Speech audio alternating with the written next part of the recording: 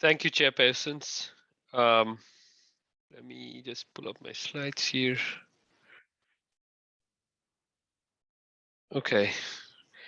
Um, yeah, and thank you again to all the chairpersons at ESCCO for giving me this opportunity to do this presentation on monitoring in IBD.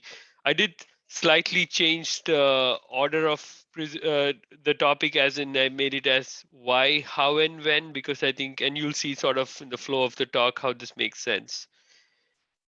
In my financial disclosures, the outline of the talk today, as we talked about going through why monitor in IBD, how to monitor in IBD, and then when to monitor in IBD. Starting with Crohn's disease, as we know very well, Crohn's disease is a progressive transmural disease. This cartoon here shows how patients start with inflammation predominant and then over time get into a mixed fibroinflammatory disease and then into a more fibrostenotic disease over time that may result in need for surgery with impact on quality of life, including formation of a stoma and other implications from surgery and the disease. This is a well-known slide at this point, classic study by Jacques Cosnes and group that shows how patients predominantly start with an inflammatory phenotype shown here in orange. uh, so to sort of walk you through this figure, along the x-axis you have time in months, which is a patient and their disease over time, and then along the y-axis you sort of have a cumulative probability of any specific phenotype.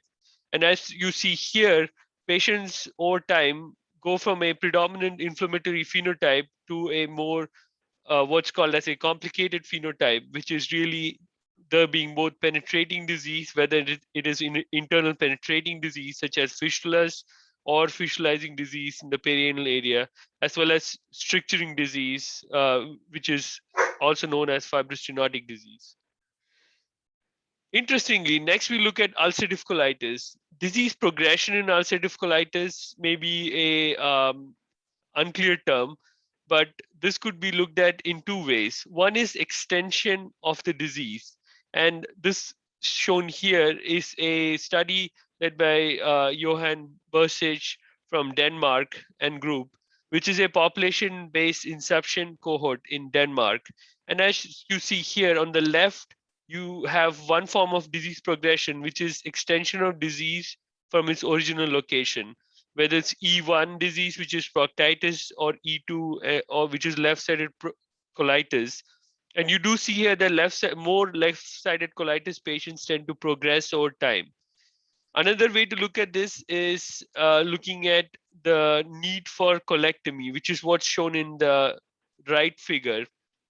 And you'll see here that the non-extenders are way out in the bottom with the red line, while those who actually have extension of disease, which is a dotted arrow, either patients who started as proctitis or left-sided colitis and then extended into extensive colitis, or those who started as extensive colitis at presentation, both of them actually had a remarkably similar rate of colectomy.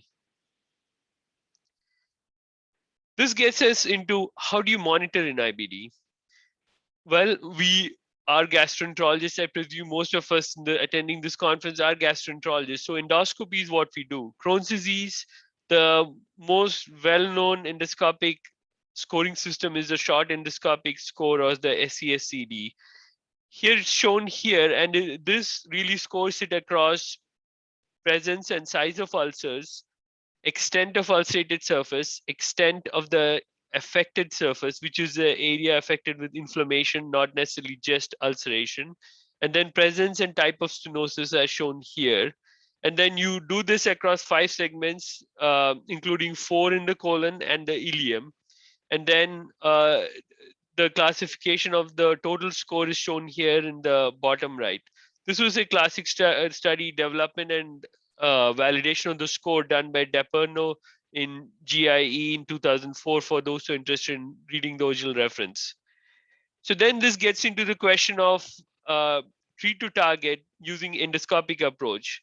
And this was a study very elegantly done in Crohn's disease first by Bourgain and group and Bill Sanborn at UCSD, What did these figures show here is the cumulative probability of achieving mucosal healing defined as SES-CD of 0 to 2. And as shown here, patients who had a shorter time between endoscopic procedures, which is uh, the top line, with less than 26 weeks between procedures, had a greater probability of achieving mucosal healing compared to those which had that interrupted line diagram, which is below the one which is greater than 26 weeks between endoscopic procedures.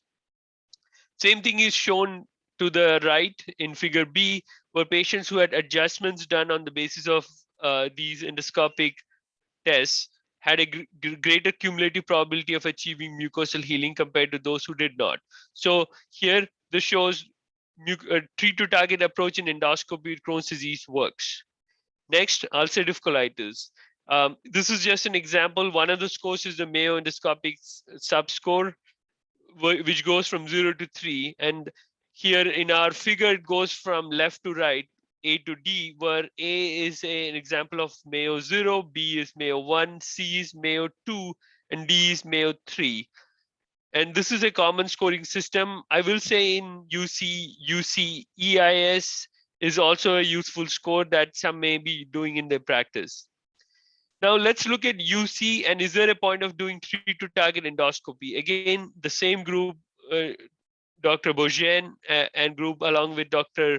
Bill Sanborn at UCSD, published in actually the same year in Inflammatory Bowel Disease Journal, showing that adjustments in medical therapy, when done as a response to endoscopic findings, you have the yes line, which is way at the top and shows the cumulative probability of achieving mucosal healing really goes up when you respond to serial findings in endoscopy.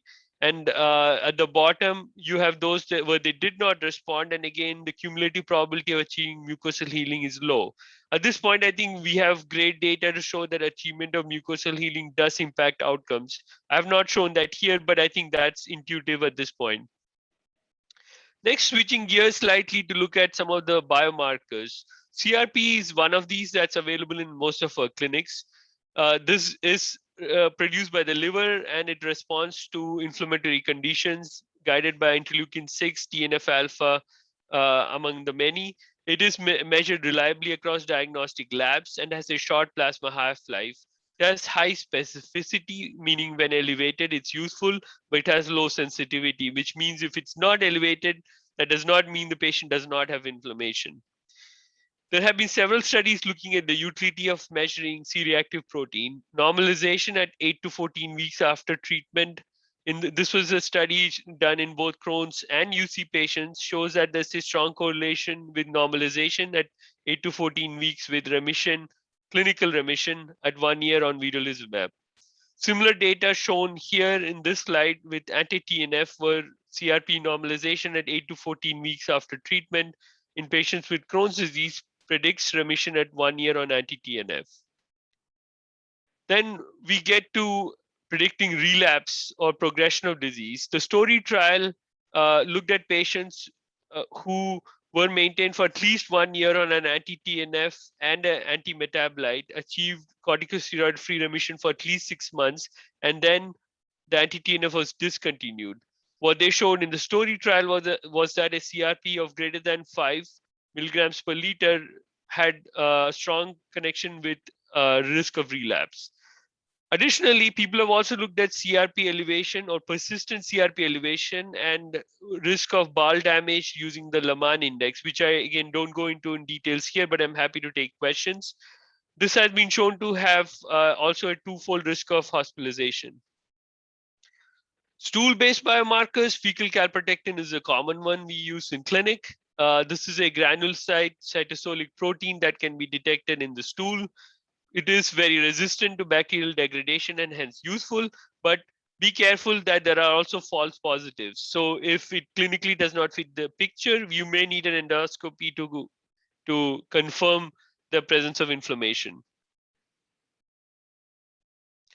Looking at the data behind fecal calprotectin and response to therapy, a 50% reduction in fecal calprotectin at week 12 has been associated with corticosteroid-free remission at 1 year on patients with anti-TNF. Additionally, this was a very elegant study done by Charlie Lees at University of Edinburgh, led by his fellow here, referenced at the bottom, that showed that normalization of fecal calprotectin, defined as less than 250 microgram per gram during the year of treatment, was associated with a clear separation among those who normalized fecal calprotectin versus those who did not when it came to disease progression in Crohn's disease. Again, a very nice paper for those who are interested in reading further. So then looking at the data across Crohn's disease and ulcerative colitis in the form of a systematic review and meta-analysis with pooled numbers shows that while fecal calprotectin is a better biomarker in terms of the area under the curve, in ulcerative colitis, it does not perform too bad. In fact, it is actually performing fairly well in patients with Crohn's disease. Again, there has been some speculation that it may work better for ileocolonic colonic Crohn's disease compared to pure ileal Crohn's disease. However, that data has been somewhat inconsistent across studies. So in a systematic review for looking at cutoffs, which was done for part of the STRIDE-2 consensus, they found that a fecal cutoff value of fecal calprotectin cutoff value of 150 microgram per gram is likely the most consistent with endoscopic healing, with 100 to 250 being a range that is perhaps a bit of a gray zone.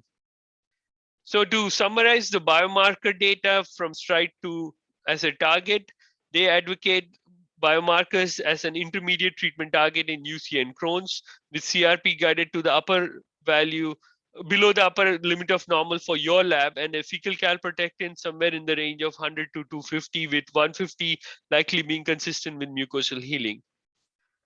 Next, we look at the next tool in our armamentarium for how to monitor.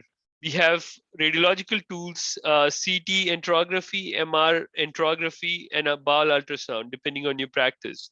You could ask the question, why do we need radiological tools? Because even though we have endoscopy, the reality is that lots of patients with Crohn's disease may have strictures at their ileocecal valve native or at the surgical anastomosis.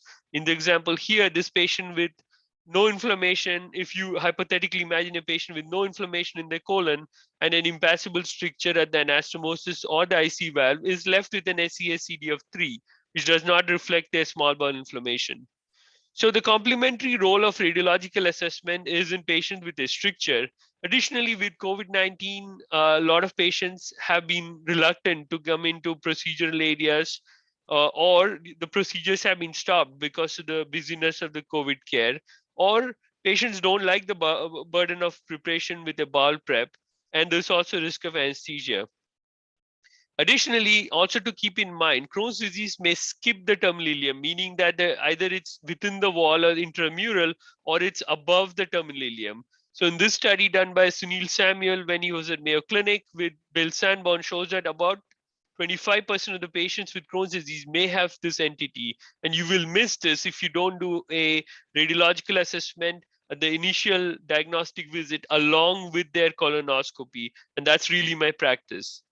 So CT enterography shown here, patients drink a neutral or negative oral contrast with timed IV contrast, and several centers have developed low-dose CT enterography protocols, which are fairly close to exposure similar to a chest X-ray.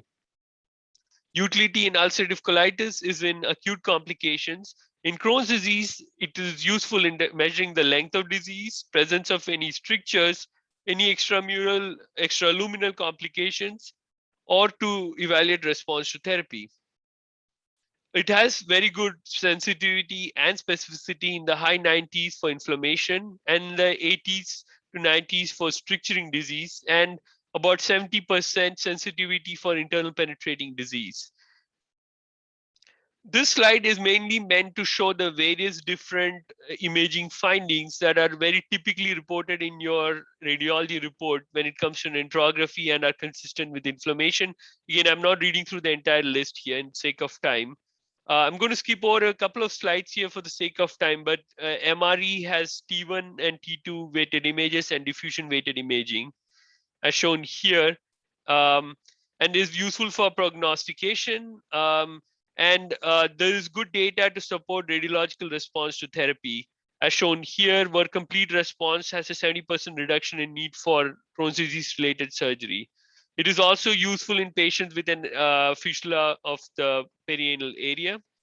And then finally, coming to when to monitor, CALM gives us great data for this, as shown here, where they were able to meet their primary endpoint.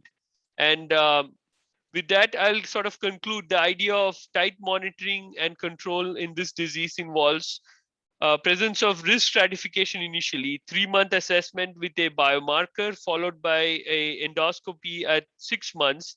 And if the target has been achieved, as in patients have no symptoms, no positive biomarkers, and no ulceration, then we continue treatment and reassess in 1 to 2 years.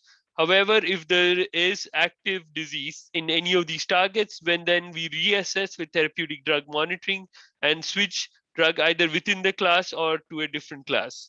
With that, I'll summarize and stop. Thank you.